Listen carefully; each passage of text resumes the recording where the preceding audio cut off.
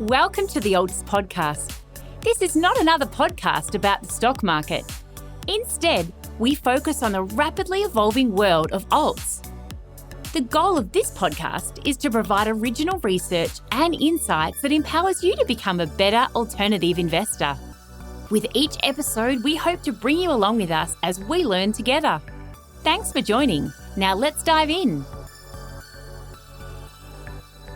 Opinions expressed on this podcast by the hosts and podcast guests are for informational purposes only and should not be considered investment advice. Podcast hosts and guests may maintain positions in the offerings discussed in this podcast. Thanks for tuning into the Alts Podcast. I'm Horacio Ruiz, and today we're talking to John Caldwell, also known as VegSurfer.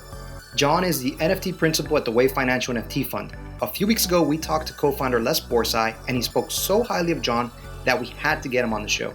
If you're into NFTs, John is exactly the person you want to hear from. He is in the space, like really in it. Hope you enjoy our conversation. All right, John, thanks for joining us on the podcast. Really excited. We had spoken to Les Borsai a couple of weeks ago, and he was really insightful, and he mentioned your name working in collaboration with you, and that just kind of piqued my interest. Just to kind of begin, how did you get to Wave Financial to become the NFT principal for the fund? It kind of surprised me, actually, because I don't have much traditional finance background at all. And if, a year ago you had told me you'd be working for, a big regulated financial institution, I would have kind of laughed at you. Yeah, I mean, it depends how far back you want to go, how much time you have, et cetera. But the short story is they were launching their NFT fund and they were looking for somebody who could help them with maybe publicity, marketing. So Les got in touch with me via another person who works at Wave named Annie. And I kind of know her personally via her boyfriend or fiance now. And so I got in touch and I was like, yeah, I can get on a Twitter space for you or Clubhouse. I said we could do maybe like a Twitter space with D's, or my friend Justin Aversano was going to help us. So yeah, we said we could help. And very quickly, we kind of hit it off. We had a lot in common. And I started saying some things like, that I'm up at midnight checking Discord. And Les started to say, okay, now you're speaking my language. Now I want to actually hire you. So yeah, one thing led to another. They offered me the job and I just wasn't really sure if I wanted to get a salary job. I haven't had a salary job in decades. I've been sort of freelancing and doing my own thing for a while, but I realized it would let me just go fully into NFTs and never look back. So yeah, I decided to give it a go, and we're like 5-6 months in and it's going really, really well. We have a great dynamic between the two of us. That's pretty much it. I'm kind of their inside guy to the communities, to the crypto native people. And I translate that information basically over to Les and to like our investment model. And then we bring that strategy to our LPs, and they have no idea which craft we're working, in the Web3 space with these NFTs. But so far they've been happy. Yeah, the way that Les compared it to like earlier parts of his career was having, and he talked about Bradley Knoll, who was the lead singer for Sublime. Yeah, I love being compared to Bradley Knoll. I'm the boss DJ. I'm the boss NFT DJ. The boss NFT DJ. Yeah, and just having a guy that understands the music industry from what are people actually listening to, right? What's actually trending, and that's kind of how he set it up. And so I found that interesting. When you mentioned that you weren't sure if you wanted a salary job, what were you doing? Like, were you in that NFT space doing different things with NFTs? I don't want to say just flipping them, but were you getting able to look at these different projects, identify which ones were going to be successful, or they piqued your interest, and being able to make a living off of that? Because we haven't had anyone on the show that has done that, like freelancing, and I just find that making a living that way so fascinating. Yeah, I was doing really well, but it had surprised me. I mean, I don't know if I was necessarily taking too many gains or anything like that, but paper profits were, it was mind blowing. I bought a CryptoPunk, I think at like 20 ETH. I don't remember when, but, and that was when ETH was at like 2K. So it was like 40K. And at the time I was terrified. I was like, this is worth more than my car. But I got convinced that it was the right thing to do. And I had some other wins with NFTs, some other losses, whatever. And then a couple months later, like that punk is worth, at its peak, it was worth 150 ETH or more, back down to something a little bit more manageable. It's still up hundreds of percent in a couple months, which, definitely like covers my living expenses for, many years if I were to sell it. And that's just one of them. I mean, I'd had some other good wins, like Cool Cats, bought those at like 0.02. There's one great night. I lived in the CryptoPunk server for a while, and we just like kind of all became this hive mind of relative alpha that we would all just sort of go into things together. And I remember one night in particular, people were like, oh, Cool Cats are, they're awesome. They're fun to look at. They have chunky lines. They're fun. And like the people in there were just like, oh, I need to go to sleep, but I need to buy more cats. And it was just this strange thing of all these people I had never met before, but kind of finding reminded me of World of Warcraft days, like finding a guild of people to like trade with and play this video game with.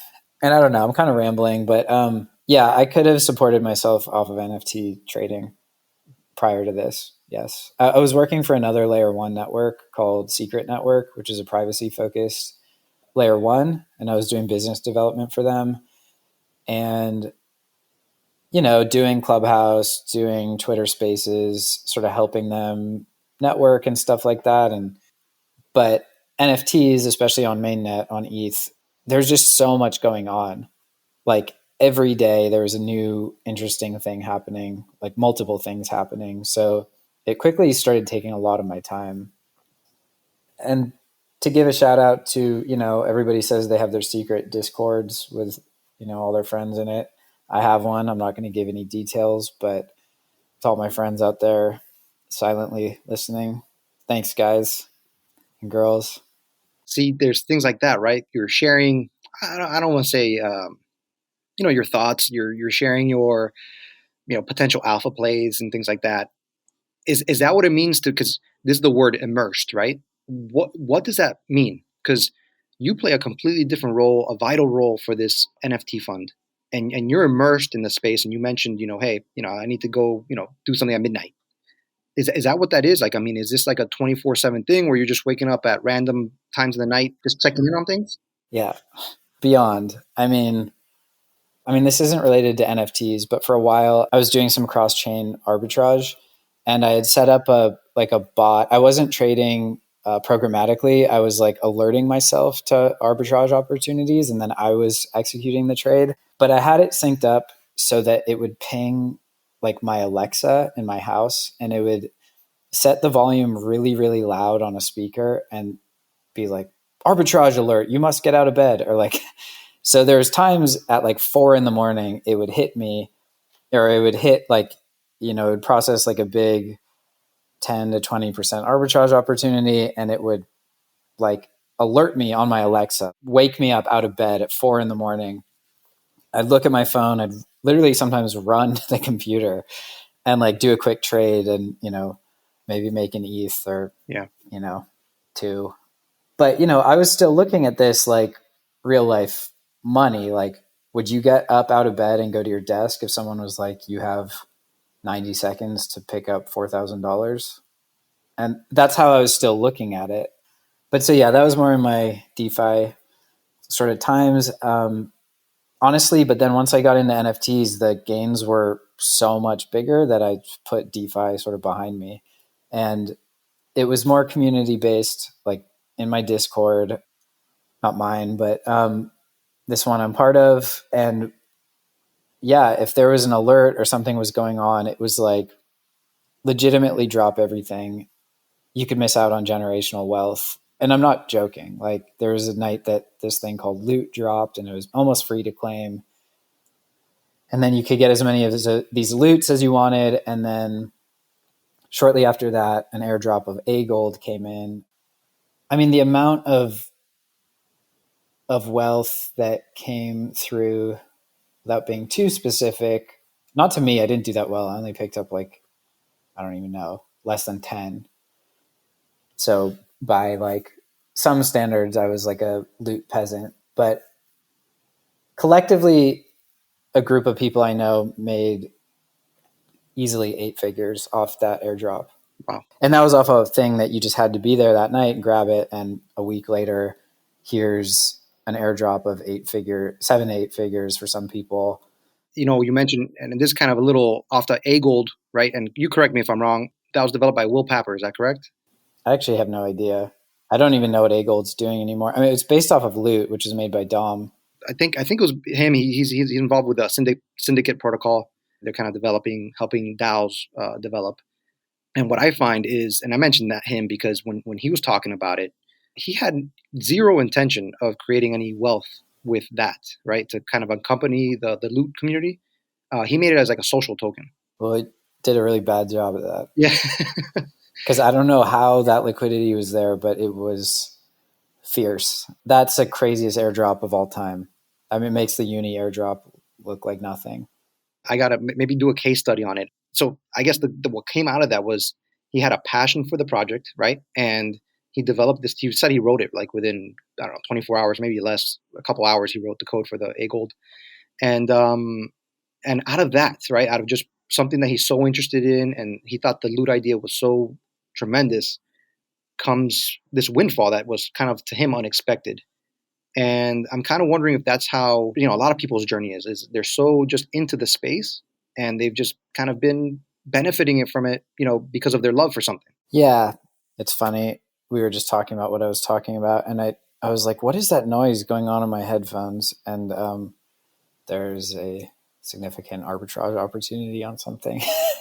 But I am taking some of these strategies, that I used to do or that are more considered sort of like, not fringe, but just like normal financial people their heads would hurt thinking about the things that we're doing in NFT land with NFTs, with tokens.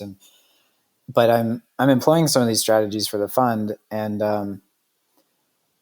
I mean, cause I do think that's the mandate is I have to go out and work with our LP's money and have it perform as well as I would if like it was my money. So it's been really fun. And on top of that, we get some benefits of like having deeper liquidity, longer lockup, being able to sort of do sort of venture deals too, which is obviously like not available for retail a lot of the times. So we've had some really good plays with that. How is it, because you alluded to that, where it would hurt some people's, hurt their heads. How is that? How do you fit into that company and the culture of it, right? Where you're doing things differently. You said you have a mandate, not just a mandate, but you have this experience, right? This a way of doing things. How do you work with somebody who's more, I guess, comes from more of a mainstream financial background? Could you give me an idea of what the dynamic is? Yeah. I mean, I mainly work with Les. Like we kind of are segmented off doing our own thing because a lot of the traditional financial models just don't work with what we're doing. I mean, some of them maybe do a little bit, but not really. Yeah, it's hard to describe, but like, I mean, how can you, in all seriousness, talk about like, oh, well, this cat with a cowboy hat is definitely worth more in our NAV than this cat with a, fish on its head. Like, those are the conversations, and it just is what it is. A lot of people don't necessarily take that seriously. How do you go about like evaluating projects like that? And do you have like a checklist or some non-negotiables? Yeah, I would say community is probably the most important. And oftentimes we sort of gauge that by looking at Twitter or Discord engagement. And the ones that have done really well, for example, Cool Cats or Small Brains, and the communities are awesome. Like they are supportive of what we're doing. They like talking about what we're doing. They'll engage us. And then there's other projects where like I'll reach out, not as any type of, VC bad guy or something, but just like, hey, I'm really interested in your project. We talk about it sometime. And they're kind of elitist and they're like, send me your deck. We'll get back to you if we're interested. And I don't know, there's like a elitism that, I pretty much am very averse to. I think being inclusive in terms of like communities is really important. So that's sort of how I feel about that. When you talk about the inclusivity, when I heard about your Twitter handle, VegSurfer, and I loved it, man, because I think of I don't know. I think for some reason I think of Silver Surfer. There's this friend named Ronan, and he always says, "Yeah, it's like a vegetable who's surfing." Or he's like, "Is it a vegetable who's surfing, or are you surfing on a vegetable?" And I'm like, "Neither. I'm a vegan surfer." It's pretty basic, actually. It's just probably a couple words I would use to describe myself: vegan surfer, but just sort of shortened a little bit. So on your LinkedIn profile, I think, and yeah, I'm guilty of stalking future guests. There's somebody riding a big wave. Is that you, or is that picture of someone riding a wave? I mean, I know you're a surfer. Right. No, that would be totally weird if I had a picture of someone else surfing. I don't know. In my previous life, I worked for this sort of dream job. I was working with a explorer, probably the world's most traveled surf exploration captain on Earth, named Martin Daly. He helped find some of the best waves on Earth, like in the Mentawais in Indonesia. He has like a few private boats, luxury yachts, and then a private island in the Marshall Islands. So I was doing logistics and marketing for them, and would occasionally sort of like pinch hit and come out there and surf guide or take care of the resort over Christmas, things like that. And one of the job perks was surfing like perfect, like the best waves on Earth, warm water, nobody else around. I mean, that's what I was doing before crypto stuff, more seriously. That's what I mean. Like that picture, like you're riding like a serious wave there. And I was like, and for somebody to capture that picture was just cool, man. So, and then I kind of wondered, what were your ties there? That particular photo, I mean, I was on this yacht called the Indies Trader 3. We were in Indonesia. I got like really, really sick one night. Like I got like a flu and a cold at the same. I was like so sick. I was like dead. And I literally was like, had a fever. I thought I was going to like need to get airlifted out the night before, but I just took a bunch of Tylenol, woke up in the morning and the waves were so good. And I knew that I had an opportunity. So I sort of calmed myself down as much as I could and went through a ritual of like centering myself and getting my board ready, sort of saying to myself, I need to take advantage of this opportunity.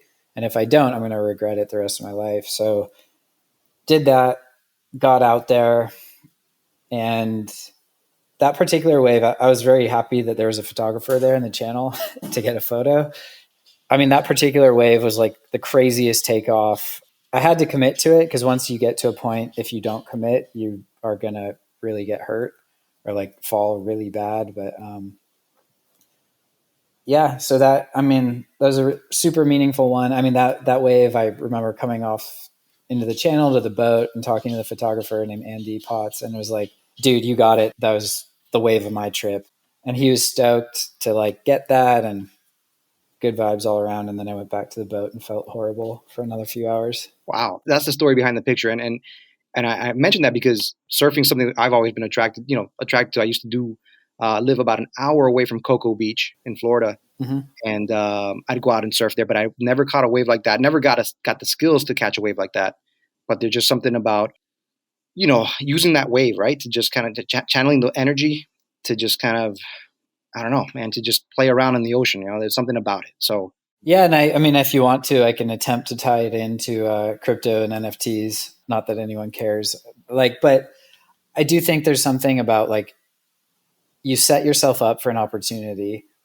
So you have to be in the right place at the right time. You have to have your training, got to have the right equipment, but then the wave has to come to you. And at that point, you're in this like crunch time where you're either going to execute and make it, you're going to execute and maybe, fall, which usually isn't that bad actually, or you're going to hesitate and then you're going to regret it the rest of your life. And I think that especially with what's going on with NFTs right now, it's very applicable. Like the FOMO and the feeling of like missing an opportunity that ends up being worth, millions and millions of dollars it's like torturous. So there's this feeling of like, if you're there, it's almost your responsibility to like ape into something and take advantage of these opportunities. That's a great way of putting it, right? Not your standard financial advice. Well, put your head down and go. Like, you could be on the sidelines the rest of your life. And when people start asking me about crypto and all that stuff, I try to empower them to learn on their own. I guess now that I'm part of a fund, they could just LP with us. But, people have to have their own, they have to take their own risks. They have to make their own decisions. They can start small, of course. But if they're not willing to put in their own time and effort and research, like, I don't know, they're not going to make it. Like, maybe they'll never feel FOMO of it, that they missed out on this opportunity. But I don't know. I'm not wired that way. I'm wired in a way where I have intense FOMO. I have intense desire to capitalize on this exact situation that we're in, right now or over this past year. I'm technical. I have a gaming background. I played World of Warcraft. I did heroic raiding. I know how to work in a team setting. I know how to not alienate people, like basic social graciousness with people. And then I can stomach some amount of risk, probably more than most people. But I also know my limits. Like, I'm a horrible, let's say, I'm not a good trader. I never tried to day trade or anything like that. I'm so bad at it. And at some point I realized that and was just like, okay, I'm not day trading anymore. I'm bad at this. But I can invest and I can do some qualitative analysis on projects, or, use certain investment models to invest into things. To come back to your question, the community is really the most important. The vibe of the art and all that stuff is very important. And I mean, utility is cool, but I look at this as an art movement that I think it's a fashion and status as well, which, look at a Rolex. There's no utility of a Rolex that a Casio doesn't have, or my iPhone doesn't have, but it's status. So yeah, it's such a weird crossover of things, and I don't know which way it's going to go. I do know that as the metaverse comes or whatever, I know that's almost like a meme to say, but the question for me is in the next 10 years, are we going to be more technical? Are we going to be more embedded with our tech, or less? And if your answer to that is less, I don't know what to tell you. I think that's this utopian vision that we're all going to go back to nature and just sit around a campfire and sing Kumbaya. I don't think that's going to happen. That still can happen to some people at some points, but now that we have iPhones, now that we have AirPods, we are so deeply embedded with our tech. I mean, the average person's screen time is probably a third of their day, half of their waking hours. I don't see that going away. And so as the tech progresses, as there's wearable contacts, wearable glasses, AR, VR, more of a desire after COVID to interact with people across the world without having to go into an office, or, just engage with people, have fun with people, not just do these Zoom meetings all the time.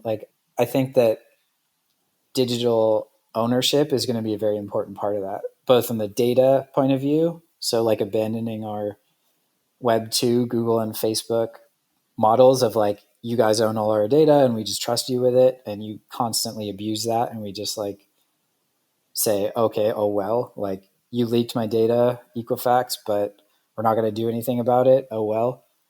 So there's that element of it, a sovereignty over your own data and your activity as just a person on the internet. But then also, in a more fun way, I play games and I want a cool, World of Warcraft mount, or I want a cool tabard that only I have because I participated in this event, or I have a skin for my Call of Duty gun or something. All that stuff I think is going to happen, and going to become more and more important that it is your ownership and no one can take it away from you. It's liquid. You can buy it, sell it. You can use it on whatever market you want. The supply of it. No company's just going to come and release a bunch more. So it's going to start to reflect, I think, the real world a bit more. And I think that's what NFTs have basically done.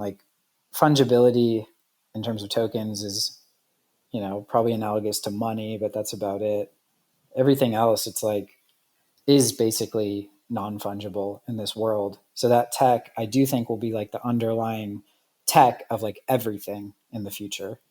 I'm not saying PFPs are going to take over the world or anything like that, but the underlying tech I see essentially like blockchain, and whether it's the 721 standard or 1155 or some new standard or some new standard after that, I think is going to really drive like under the hood of how everything operates in the next decade, 2 decades, and further out.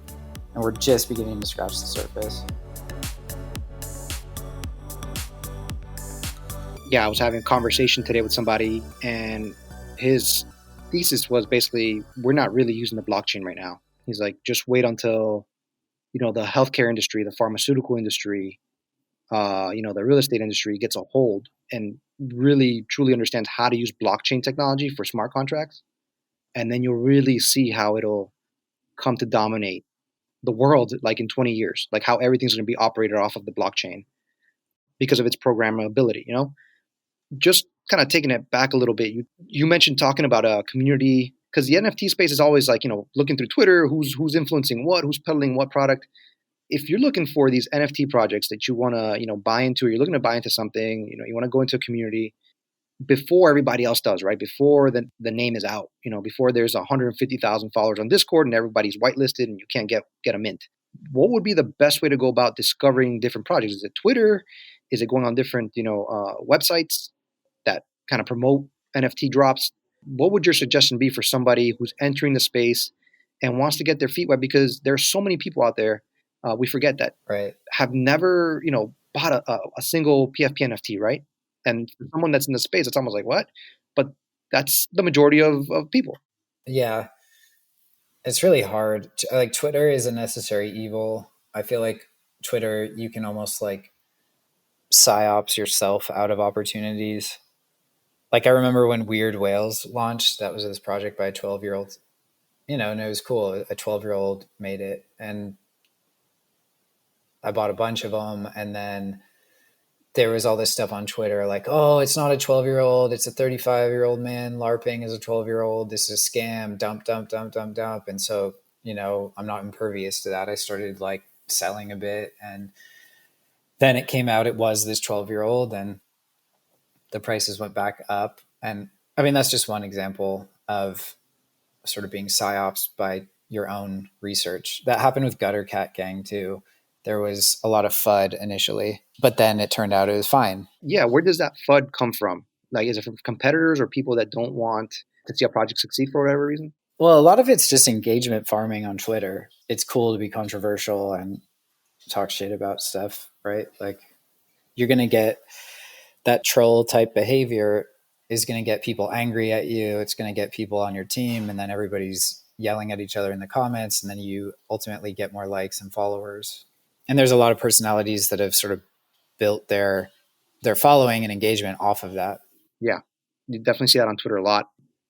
So you kind of touched on that a little bit about Twitter being a necessary evil. It's a necessary evil. You have to be on Twitter. You have to be on Discord.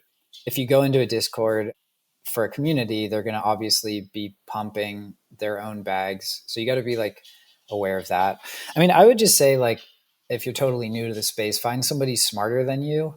Stop pretending like you're the smartest person on earth, and just find people who are smarter than you and listen to them. Ask them questions. Don't be annoying, and don't ask for free money. But like, people in this space are generally pretty nice. And I think that's what Clubhouse and Twitter Spaces was so cool about. Like, you could just jump into a room and talk and ask people questions earnestly and genuinely, and they would answer.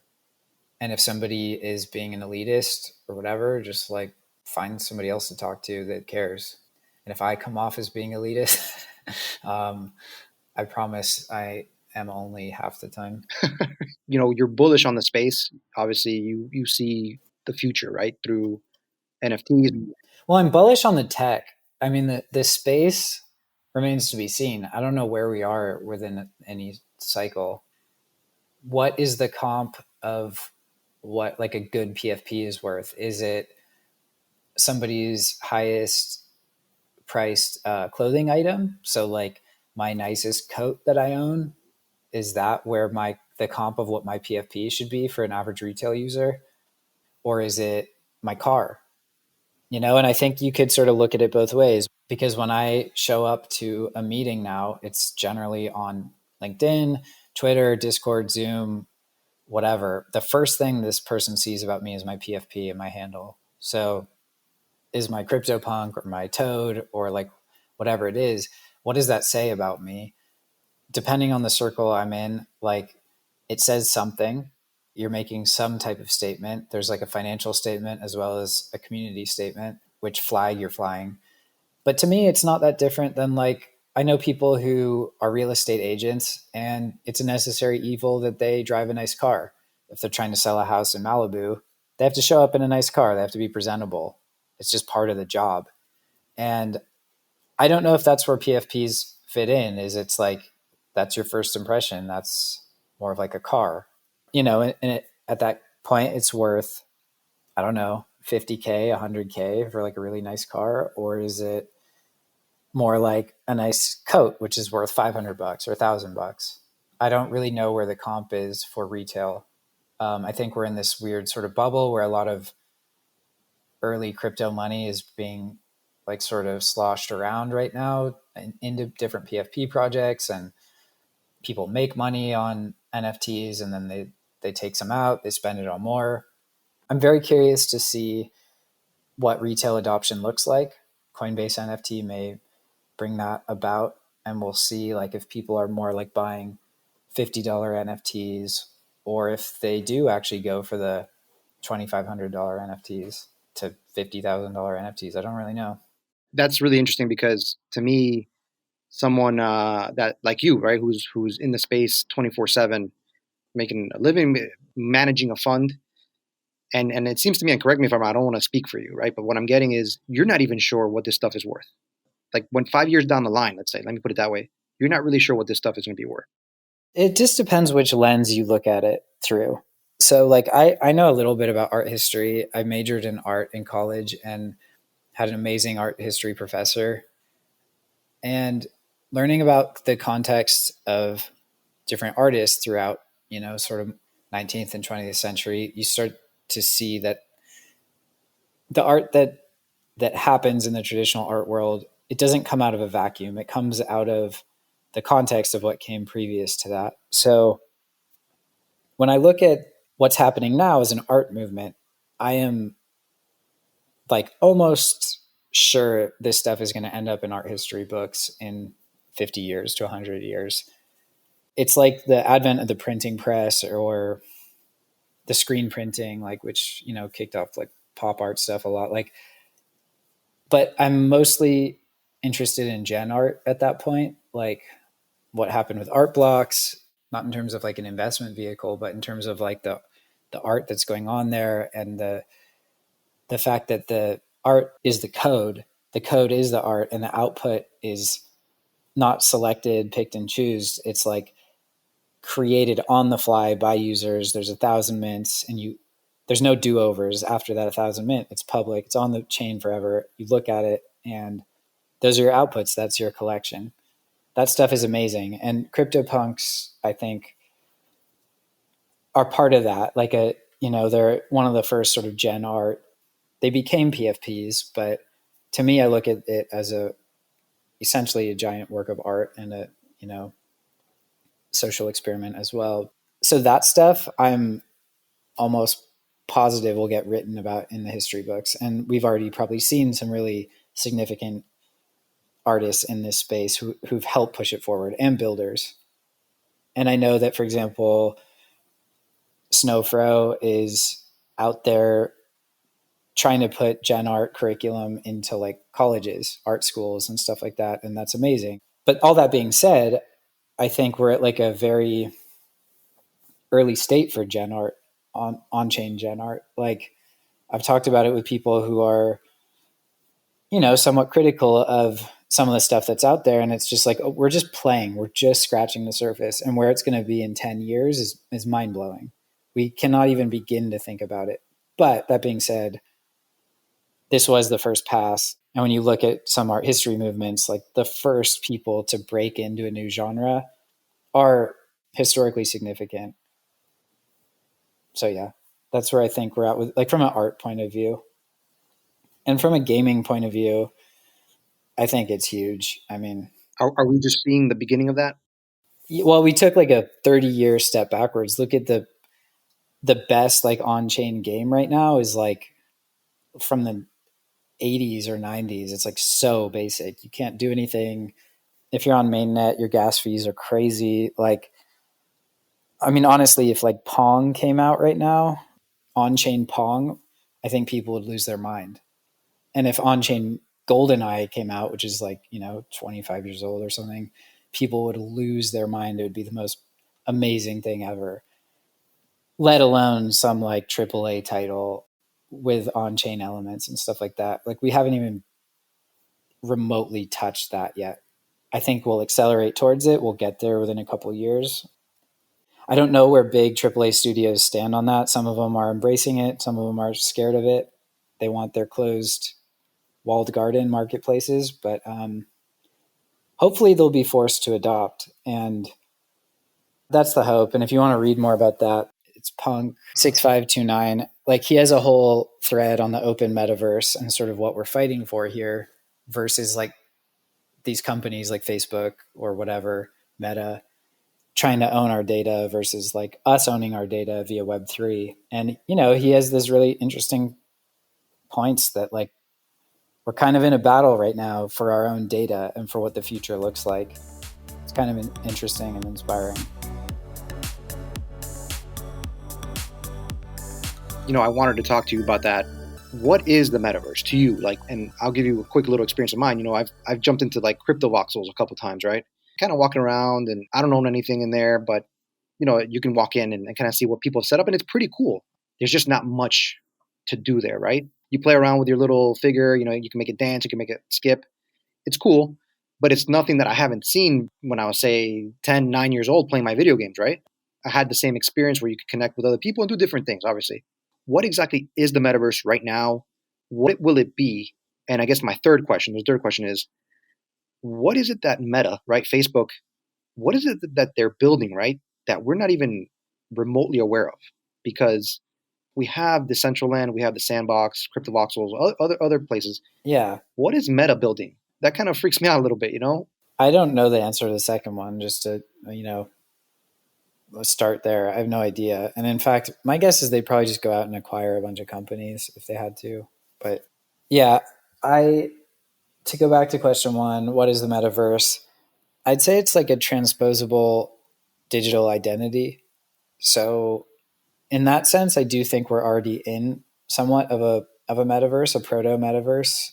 Again, to borrow from Punk 6259 or whatever. Our interactions on Discord, Twitter, Zoom, Gmail, blah, blah, blah, blah, blah, across the whole web, we're in this sort of building blocks of a metaverse already. And if I make my PFP the same across all of them, that's the first step in me being like, this is my identity. Or my screen name, VegSurfer, this is part of my identity of who I am online. At some point, that may become more 3D, and I'll have more of like a 3D avatar of myself, or a 3D avatar of like CyberKong's VX that I like, that just becomes me. I mean, if you take a step back, we've essentially lived in our houses for like 2 years now, completely isolated from everybody, but we've adapted by like leaning into like Zoom, Google Meet, FaceTime. Like, the fact that you can just jump on a video call with anybody on earth at any point is pretty crazy. That never existed before. So we're doing that, but it's still a little bit like, it's just a grid of boxes with faces talking, and we're all kind of bored of it at this point. So maybe we do actually get to go exist in a virtual space. Still kind of boring. I think you got to do something, like play games together is probably the most fun version of that. Like, I played a lot of World of Warcraft. I remember you could type /played and it would give you some horrible amount of time you spent in the game.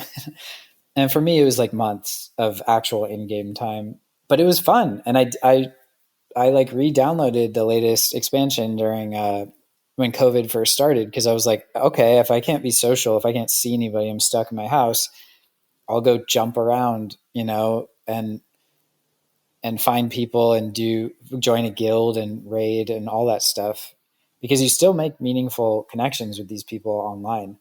And the human spirit and the human need for connection can exist within a digital world. It totally can. And if like there's ever a bigger case for that, it's like COVID, and that we've been on lockdown and we've been able to interact with our families and friends for the past couple of years. And like, we're not just isolated, golem creatures now. Like, we've managed to maintain our social packs by doing this stuff and even expand. I mean, I have so many new friends that I just met online that I trust.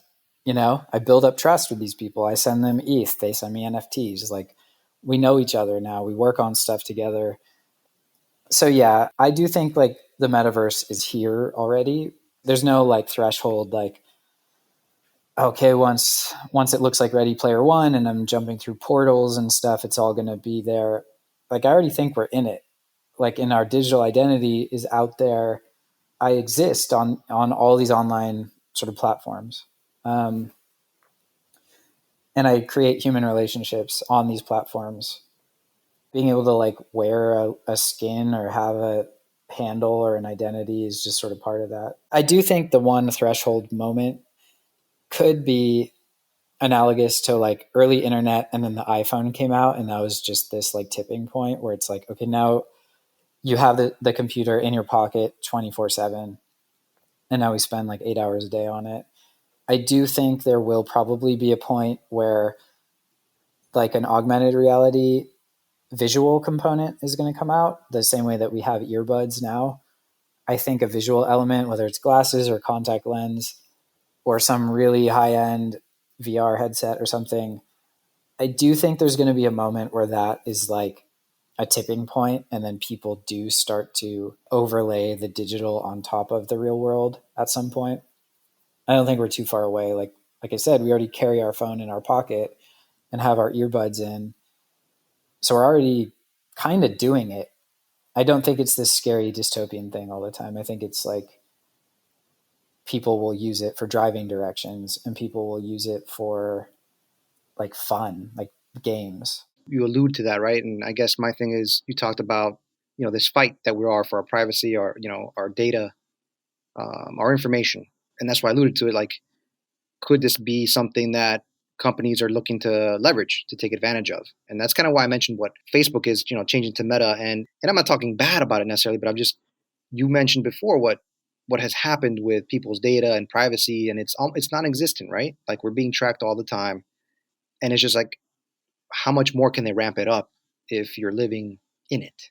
Yeah, I don't know. I don't really think that much more, honestly. If you look at what's actually happening now with like the massive metadata collection that's happening, whether or not you believe that's constitutional or a necessary evil to prevent terrorism or whatever, it's still happening. There's no denying that it's happening. Essentially, all of our data is being cataloged by the government, if you're in the US, or by these big Web 2 companies. And then the Web 2 companies take that data and they just sell it. It just is what it is. It's already happening. I don't really know how much deeper they could go. Like, and if they're tracking my World of Warcraft, I don't care. Go ahead. The FBI agent can like sit and eat popcorn and watch me like jumping around Stormwind and try to get on top of the fountain for 2 hours. I don't know how much more they could possibly do. Like, we're already interacting almost our entire lives during the past 2 years digitally. So no, I hear you. I know what you're saying. It's part of our reality, and there's at this point where it's kind of like, what more, what can we do about it? And this is where people get sort of weird about centralization versus decentralization and self-custodianship is like, or self-custody, I don't know how you say it, but like Equifax is a good example. They leaked all of our private data, and like, what can we do about that? We just go, okay, bad Equifax. Okay, you leaked our data. You're still the main sort of holder of all this data. Nothing happened. But with Web3, theoretically, you are in charge of that data. Now, if you make a mistake and you have a Bored Ape and you put in your seed phrase because somebody pretends to be support or give you a good deal and you lose your ape, there's no one you can call. You can't be a Web3 Karen and call to get your Bored Ape sent back. Like, it's just over, it's done. That's the risk of living in sort of a decentralized world. It's not black and white. I do think there could be sort of escrow periods or things like that, intermediaries that can sort of step in. But ultimately, it's like kind of in a weird way, like owning land or gold. Like, if you own gold and you put it under your pillow or whatever you want to do because you don't trust a bank, like, I mean, I don't do that, but like, I can see why maybe some people do, and it's tangible to them, and they're like, this is mine. It doesn't matter if a run on the banks happens, this is mine. Kind of similar with Web3. It's like, if you have it stored safely on a hardware wallet or whatever, like, it's yours. And there's literally nothing anybody can do on earth to take that away from you. So, there's something cool about that. And, with NFTs and this technology, it goes beyond just currency. It goes to like your data. So it's cool. Thanks for talking about, some high level stuff here, John. I really appreciate that. And your insights and your background and history in the space. Sure. If you have like a minute or two, Joe, just another minute or two, like space specific, like photography, music, regarding the NFT space and what's heating up and what are we going to see in the coming year? I'd be interested in gaming, like the crossover of NFTs and gaming. Like I said, we took a huge step backwards with like the tech, but people who are building and who are integrating NFTs into games, I just think there's so much opportunity there. So we'll really see a lot of growth in that sector over the next year, 2 years, 5 years even.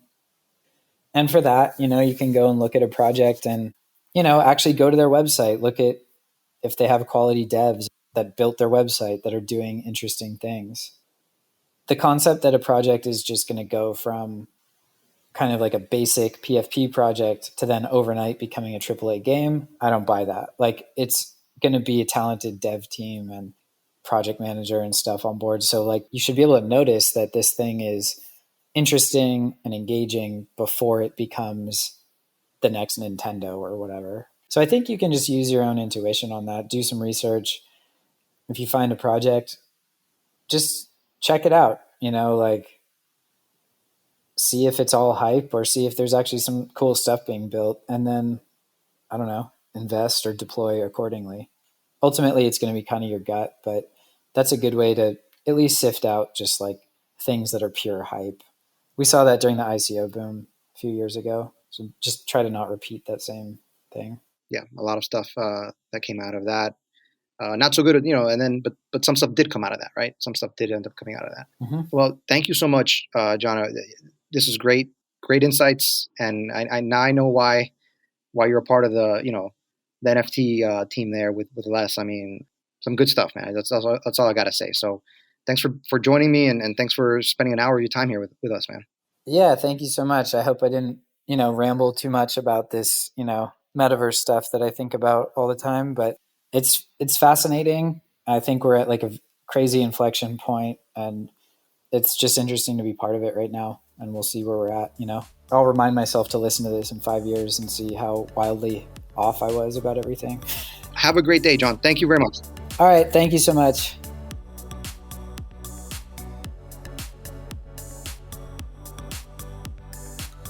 John really has a unique perspective. I don't know of too many other people like him who are doing their own thing as a collector and are now working for an actively managed portfolio fund. I hope you enjoyed the episode as much as I enjoyed participating in it. Don't forget to like, subscribe, or leave a review wherever you can. And wherever you are, thanks for joining us. Until next time.